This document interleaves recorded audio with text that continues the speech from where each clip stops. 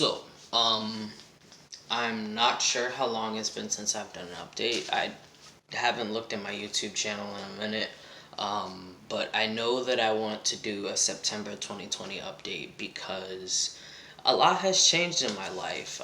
Probably the biggest changes of my life have happened in this past couple of months.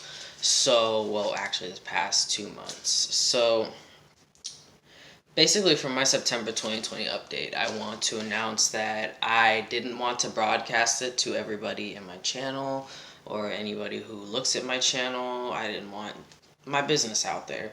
But I did make a move from Ohio, my home state, my hometown, to Connecticut. Um, I live with my girlfriend and her son now. Um, it's it was actually it I don't know how to say it exactly. It was a smart move because I'm a lot less stressed than I was before, and the medical care here is so much better than in Ohio, and I will explain that in a second. But so yeah, I live with my girlfriend. I live with my girlfriend and her 3-year-old son. I love both of them, and I moved from Ohio to Connecticut for them. So it's a big adjustment. I've only moved out of my house, out of my mom's house 3 times, and even this past year, I was sharing a house with my mom. So it's a big adjustment to be out of state without my mom, but uh, I don't know. I'm proud of myself. I'm doing a lot better than I thought I would with my anxiety and with being homesick. I actually am starting to feel at home. It's been about a month. It's been about a month and 2 days, I believe. Um, so yeah, but another thing, having a kid around is a big adjustment as well as being away from home. Um, I'm not used to kids. I've never lived with one, but I've been around kids enough to be able to tolerate children and know how to tolerate children enough. I'm learning. I'm learning a lot, and I'm doing a lot more than I expected that I would be able and capable of doing with helping with her son. So it's a big adjustment, but I do best out of my comfort zone. It's a little added extra anxiety, but like I said, I do better out of my comfort zone. That's how I get better. That's how I be my better self. So, um, yeah, but also some good things have besides that, some good things have happened. I mean, it's been bumpy, just adjusting, but altogether, it's been a good move. One thing, I gained weight because of, I think the environment I was in at home just stressed me out because my facial hair was thinning, I was losing weight, I was having stomach pain almost daily, waking up nauseous almost daily. I have colitis, so um, it was not the stress from being where I was agitating everything. So I gained my weight back. I look healthier. Um, my facial hair is coming in. I actually am getting a shadow right here.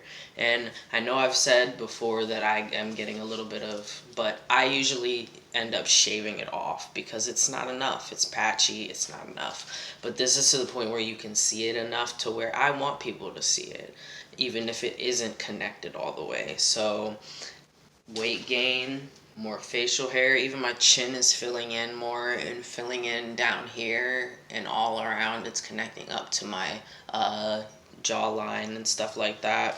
And I also noticed I'm not waking up nauseous in the morning anymore.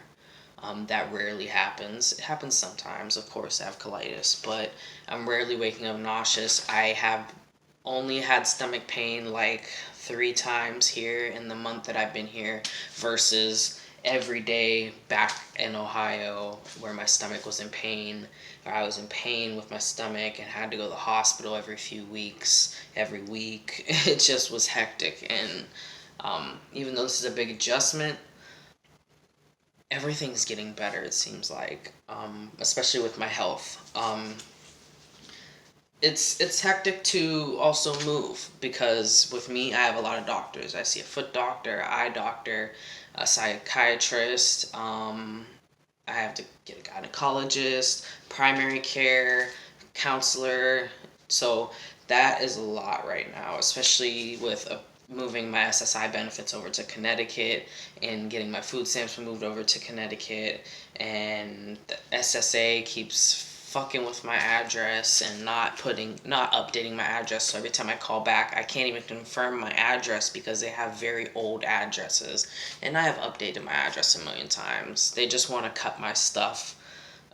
They've been cutting my checks, my rent budget out of my checks, because me and my mom had trouble paying our rent a little bit, because I stopped working. I got colitis, and my mom, she works, but that's not enough right now in this world. So you need two people working to keep up a household, pretty much, or either that or you need 2 or 3 jobs. So yeah, it's hectic. SSA keeps messing with my address. It's just a lot of phone calls, a lot of appointments, a lot of retelling stories and re-explaining things, and yeah, but it's worth it because I honestly love living with my girlfriend and her son, even though I get overwhelmed at times. It's just because it's new to me. But I basically want to talk about last I want to talk about this new endocrinologist that I'm seeing, which I believe is an endocrinologist. I'm not sure if they go by they them. So I'm not sure if they are uh, an endocrinologist, but they prescribed me 2 months worth of my testosterone. Now come on, because in Ohio, 1 month's worth of my testosterone took prior authorizations. It took the pharmacy.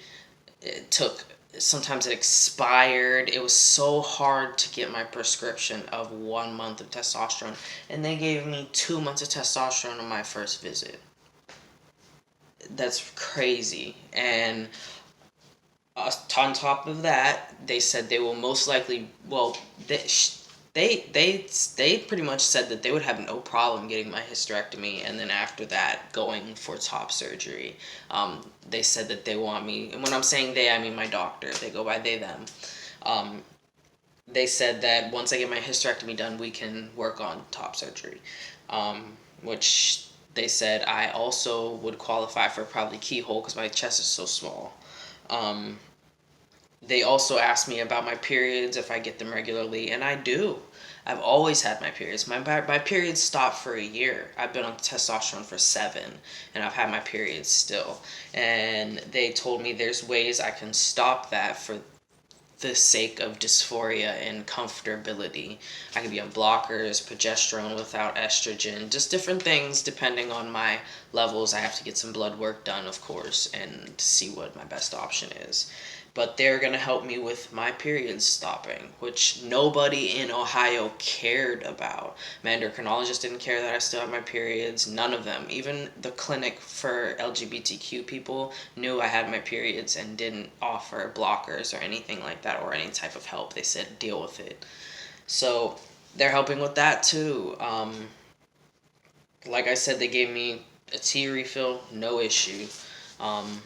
So I got insurance in Connecticut finally. So this person is helping me a lot. I really appreciate this person, even though I'm not very trusting and I'm still skeptical if they can help me with the hysterectomy and top surgery, because people have told me they could help me, but they never did. So I'm skeptical, but I appreciate this doctor's effort to help me feel comfortable. So the medical care in a blue state versus a red state is so much better than, like, yeah, it's so much better than red states. Like, it's so much better medically. So yeah, moved from Ohio to Connecticut, living with my girlfriend finally. We've been together almost 10 months, I think. December 8th, I believe, is our anniversary. Don't yell at me if I get that wrong, babe, because I'm not good with dates. But yeah, lots going good. Big adjustment, having extra anxiety, but I love it. I do. So that's it. A lot has changed. I will update more. I'll probably be doing more videos, more updates like this. So you'll see more from me. Peace.